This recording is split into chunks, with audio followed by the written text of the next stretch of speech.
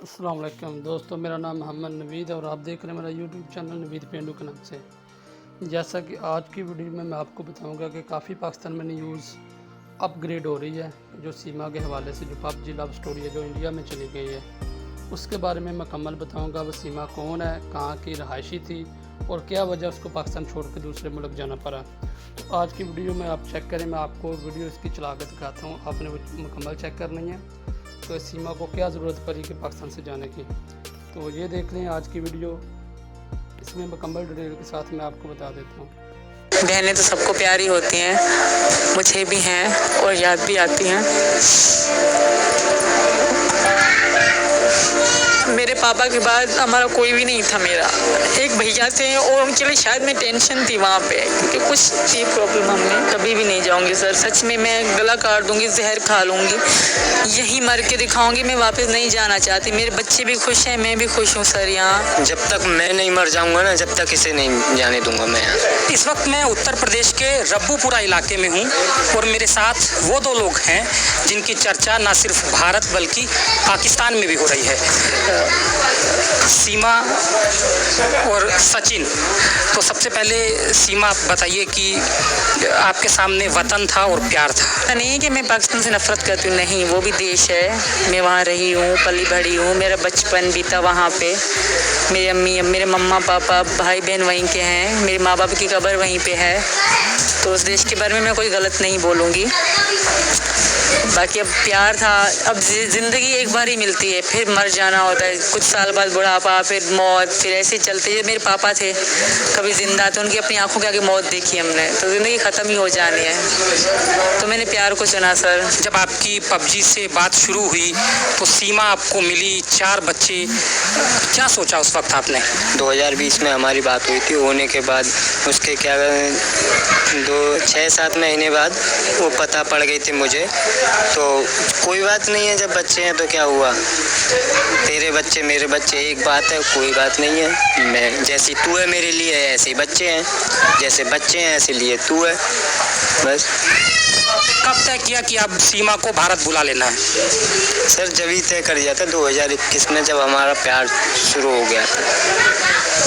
सीमा बताइए कि जब आप गेम आपने पबजी खेलना शुरू हुआ, पबजी पे आपको सचिन मिले, कैसे आपकी प्यार की शुरुआत हुई? हमारी सर बात होती थी, ये मुझे भारत दिखाते थे, मैं इनको पाकिस्तान। तो जस्ट फ्रेंड थे हम, तब सिर्फ खाली दोस्ती थी हमारी। ये मुझे दिखाते थे, मैं इनको दिखाती थी, ये खुश होते थे मैं पाकिस्तान देख रहा हूँ, मैं खुश होती थी मैं भारत देख रही हूँ। तो खुशी होती है ना कि दूसरे देश का बंदा आपसे बात करे, तो खुशी अलग होती है, वो बहुत अच्छी फीलिंग होती है। दूसरे देश का बंदा बात कर रहा है, तसव्वुर मैंने कभी ज़िंदगी में नहीं सोचा था। फिल्में ही देखते थे भारत की, कोई बात भी कर रहा है, ज़्यादा तो यही खुशी थी इनसे बात करने की, मैं इंडिया के किसी लड़के से बात कर रही हूँ। तो इसी में मतलब होते होते हमारी बात बहुत ज़्यादा होने लगी ना, आहिस्ता आहिस्ता। पूरे दिन पूरी रात भी हमारी बात होती रही है। तो इससे मेरी बहुत लादत सी पड़ गई, बहुत मतलब प्यार हो गया इनसे। पहली मुलाकात सचिन के साथ आपकी कहाँ हुई और कैसे आप आए? नेपाल में हुई सही 10 मार्च को। मैं टिकट कराई थी इनके लिए, 10 मार्च को मैं आई थी इनके पास, नेपाल में ही। आप कह रहे हैं कि आपने हिंदू धर्म अपना लिया है, जी सर। उसके बारे में क्या कहेंगी? मैंने खुद अपनाया है, मुझे किसी ने कोई प्रेशराइज नहीं करा। और हैदर वीडियो में कह रहे हैं कि सचिन ने हमारा दिमाग ख़राब कर दिया, हमें यहाँ लाए। मुझे किसी ने दिमाग मेरा ख़राब नहीं करा सर। मैं अपनी मर्ज़ी से आई हूँ, इनकी मोहब्बत में आई हूँ। इनकी मोहब्बत में मैंने ये धर्म भी स्वीकार कर लिया, क्योंकि मेरे पति हैं ये, मैं मानती हूँ। हमने नेपाल में शादी करी है, मेरी इंस्टा की ID है सत्ती मीनू, उसमें हमारी वीडियो पड़ी हुई है। सीमा ये बताइए कि आप जब मार्च में आई, उसके बाद फिर आप मई में आई, तो मई का आप किस तरह से आई और फिर कैसे भारत ग्रेटर नोएडा तक पहुंची? बस सेम ही था। मार्च में मेरे लिए थोड़ा कठिन था, क्योंकि फर्स्ट टाइम मैं एयरपोर्ट जा रही हूँ, फर्स्ट टाइम मैं जहाज़ में बैठ रही हूँ। क्योंकि जब जहाज़ उड़े तो मैं बिल्कुल बहरी सी हो रही थी, मुझे पता भी नहीं कि मेरे कानों में दर्द क्यों हो रहे हैं। तो मैं इसमें मुझे कुछ हो रहा है, तो वहीं 2-3 लड़कियां थी, मैं पूछ रही मेरे कानों में कुछ हो रहा है, ये क्या हो रहा है? तो कहते ये नॉर्मल है, जहाज़ उड़ते समय तो आपके कानों में दर्द होता है।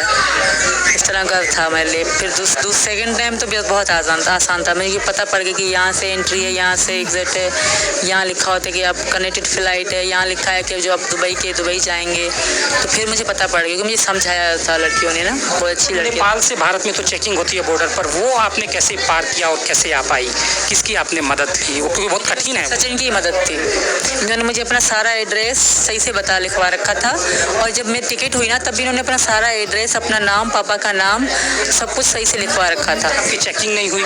चेकिंग पूछताछ बहुत हुई अच्छे तरीके से, बैग चेक करा गया मेरा, पर आईडी कार्ड का पूछा गया तो मैंने कहा मेरा खो गया है, तो इसलिए ज़्यादा पूछा नहीं है। बच्चों को, मेरे बच्चे बीमार हो गए थे, जो 3 दिन का सफ़र था। बड़ी लड़की उल्टियाँ करती है बहुत ज़्यादा मेरी, तो इसलिए वो इतना ज़्यादा नहीं पूछा गया, मुझ पर थोड़ा रहम किया गया। पुलिस ने आपके पास से 3 आधार कार्ड और 5 मोबाइल फ़ोन भी बरामद किए हैं, वो किसके? एक मेरे पति का है, 3 मेरे बच्चों के थे, एक मेरा था, एक मेरा ख़राब फ़ोन था, वो टूटा हुआ था, मतलब 2 टूटे हुए बिल्कुल फ़ोन, एक तो यहीं टूटा है इंडिया आके। कुल कितने फ़ोन थे आपके पास? हमारे पास 5 थे, मेरे पति के पास।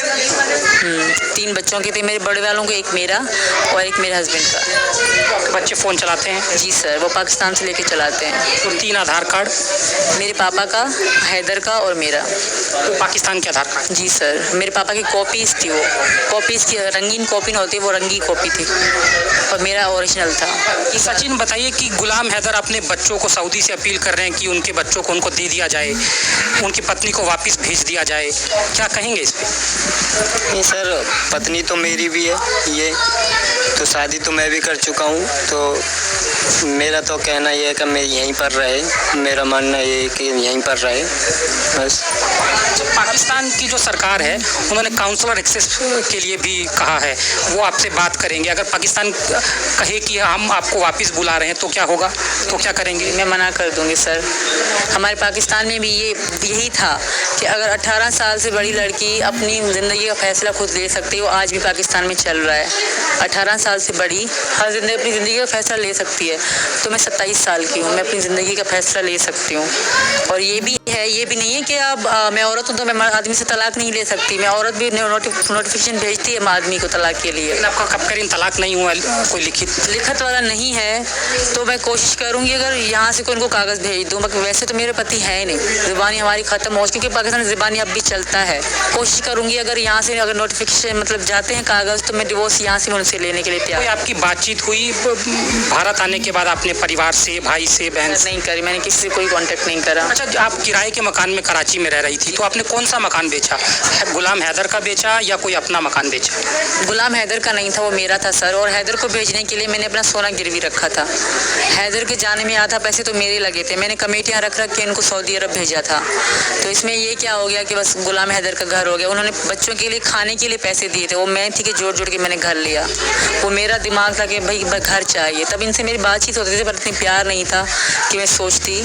मैंने लिया था सर, मुझे हैदर ने कोई नहीं, मेरे आधार कार्ड पे, मेरी आईडी कार्ड पे था। आपकी बहन से बीबीसी ने बात की है, वो भी दुखी हैं आपके भारत आने में? रीमा, मैं जानती हूँ वो बहुत दुखी होंगी, क्योंकि वो मुझसे, मेरे बच्चों से बहुत प्यार करती है। बहन तो बहन होती है सर, पर मैं उस बहन को भी कहूँगी कि मैं बहुत खुश हूँ। मैं यहाँ सचिन की उनको बहन को और छोटी बहन को, भाई को भी कह रही हूँ, मैं बहुत खुश हूँ। इंडिया के लोग बहुत अच्छे हैं, मेरे बच्चों का मेरा बहुत ध्यान रख रहे हैं, खास करके मीना जी बहुत अच्छे हैं। सीमा, आप पर ये आरोप भी लग रहे हैं कि आप पाकिस्तान की जासूस हो सकती हैं। ऐसा कुछ नहीं है सर, मैंने ज़िंदगी में कुछ ऐसा देखा ही नहीं है। मैं घर से बस अभी जो इनसे प्यार के चक्कर में मैं बाहर ये घूमना शुरू करा, पासपोर्ट बनवाए। मैं ज़िंदगी में हमें बाहर जाने की भी अलाउ इजाज़त नहीं होती सर। मैं एक मिडिल क्लास और लो क्लास फैमिली से हूँ, मेरे कोई फैमिली हाई फाई नहीं है, मैं इतनी एजुकेशन भी नहीं हूँ। हाँ, मैं थोड़ा बहुत अंग्रेज़ी के शब्द ऐड कर लेती हूँ, इसका मतलब नहीं कि मुझे सारी इंग्लिश आती है। आप 2 लाइन इंग्लिश के मुझे साथ से बोलवाते हैं, मैं तुतराने लगूंगी फिर। ये बताइए कि आपके जो भाई हैं वो पाकिस्तानी सेना में काम करते हैं, उनके बारे में कब उनकी नौकरी हुई और क्या करते हैं? कंफर्म तो मुझे याद नहीं है, उनको पता होगा, पर 22 में ही हुए थे वो। सीमा, सचिन 6-7 हज़ार रुपये एक दुकान पे काम करते हैं, 4 बच्चे हैं, आपको 13,000। आपको लगा कि आप जीवन भर इस घर में अच्छे से गुजार पाएंगे? जी सर, मेरी इज़्ज़त तो करते हैं, ये बहुत है। मेरी इज़्ज़त करते हैं, मेरे बच्चों से बहुत प्यार करते हैं, मेरे लिए ये बहुत है सर। जो ज़्यादा पैसा दे और इज़्ज़त ना करे तो क्या फ़ायदा। पाकिस्तान आप छोड़ के आई, वापस कभी जाना चाहेंगी पाकिस्तान? नहीं, वापस नहीं जाऊंगी सर कभी। ऐसा नहीं, याद नहीं आता, याद तो आएगा। ज़ाहिर जो इंसान जहाँ रहता है तो पिछली पुरानी यादें सबको याद आती हैं, पर मैं वापस कभी नहीं जाना चाहूँगी सर। मैं यहीं सीमा, आप जिस इलाके से पाकिस्तान में आती हैं वहाँ पर प्यार इजहार करने की उतनी आज़ादी नहीं है। आपकी जब पहली शादी गुलाम हैदर से हुई तो वो भी लव मैरिज थी, नहीं तो सर, उसके बारे में क्या? वो मेरी लव मैरिज नहीं थी सर, वो मेरी मजबूरी की शादी थी। तब मुझे इतना, मैं तब 17 साल की थी, बिल्कुल सूखी सी पतली सी थी, तब मुझे इतना मालूम भी नहीं था। हाँ, पसंद करती थी किसी को तो उसी के कारण मेरी इससे शादी कराई गई।